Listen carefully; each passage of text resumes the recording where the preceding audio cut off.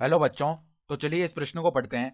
समाकलन dx बट्टा a square sine square x plus b square cos square x बराबर है विकल्प ए एक बट्टा a b tan inverse a tan x बट्टा बी प्लस सी। विकल्प बी ए बट्टा b tan inverse a tan x बट्टा बी प्लस सी। विकल्प सी बी बट्टा a tan inverse b tan x बट्टा ए प्लस सी। और विकल्प D इनमें से कोई नहीं। तो यहाँ पे देखो हमें इस समाकलन का मान बताना है क्या होगा। तो प्रश्न में आगे बढ़ने से पहले इस प्रश्न से संबंधित जो मुख्य उदाहरण है उसकी हम चर्चा कर लेते हैं। तो देखो मुख्य उदाहरण क्या हो जाएगी।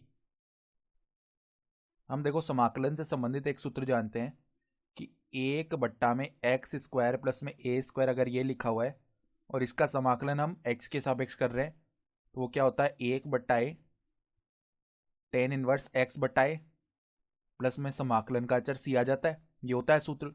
ठीक है। तो अब देखो यहाँ पर इस समाकल को एक बार हम आई बोल लेते हैं। तो आई बराबर में देखो समाकलन क्या है dx बट्टा में a square sine square x plus में b square cos square x. तो पहले तो हम क्या करते हैं, देखो ऊपर नीचे यहाँ पर अंश व हर में हम b square cos square x से भाग करते हैं। ठीक है। तो यहाँ पर b square cos square x से ऊपर भाग किया पहले, तो हमारे पास में क्या बन जाएगा, देखो एक बट्टा बी स्क्वायर। ठीक है। और यहाँ पर एक बट्टा कोस स्क्वायर एक्स को हमने क्या लिख दिया, सेक स्क्वायर एक्स लिख दिया। और यहाँ पे डी एक्स है।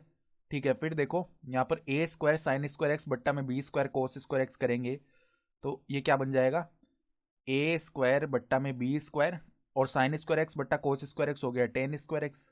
सही बात है। फिर देखो प्लस में b square cos square x बट्टा में b square cos square x एक आ जाएगा।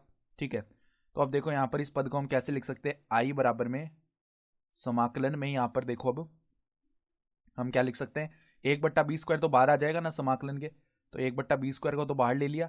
यहाँ पर ऊपर है sec square x d x बट्टा में देखो हम क्या लिख सकते हैं, ये जो ए स्क्वायर बट्टा बी स्क्वायर गुणा में टेन स्क्वायर एक्स है ना, इसको इस प्रकार लिख सकते हैं। देखो ए टेन एक्स बट्टा में बी इसका पूरे का स्क्वायर और प्लस में देखो क्या चल रहा है, प्लस में एक है ना, तो एक को हम एक का स्क्वायर लिख सकते हैं। तो यहां पर अब एक प्रतिस्थापन करेंगे, मान लेते हैं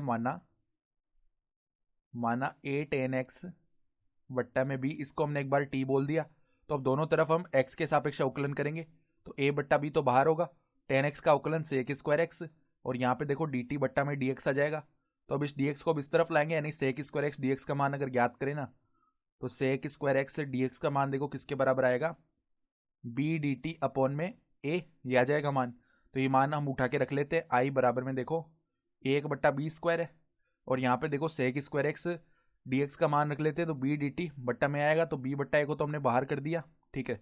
समाकलन में हमारे पास डी टी बट्टा में ये क्या बन जाएगा, टी स्क्वायर प्लस में एक का स्क्वायर। ठीक है। तो अब देखो एक बी से ये एक बी आपस में विभाजित हो गया, तो एक बट्टा ए भी आ गया।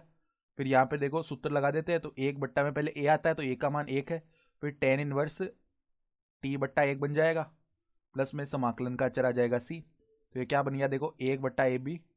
अब टी का मान रख लेते हैं, तो टेन इनवर्स टी हमने क्या माना था, ए टेन एक्स बट्टा में बी, तो ए टेन एक्स बट्टा में बी प्लस में समाकलन का अचर सी, ये बन गया। तो अब अगर विकल्प देखें ना, तो हम स्पष्ट रूप से देख पा रहे हैं कि विकल्प ए जो है वो हमारा सही विकल्प हो जाएगा। ठीक है। तो आशा करता हूं कि आपको ये प्रश्न समझ में आया होगा। धन्यवाद।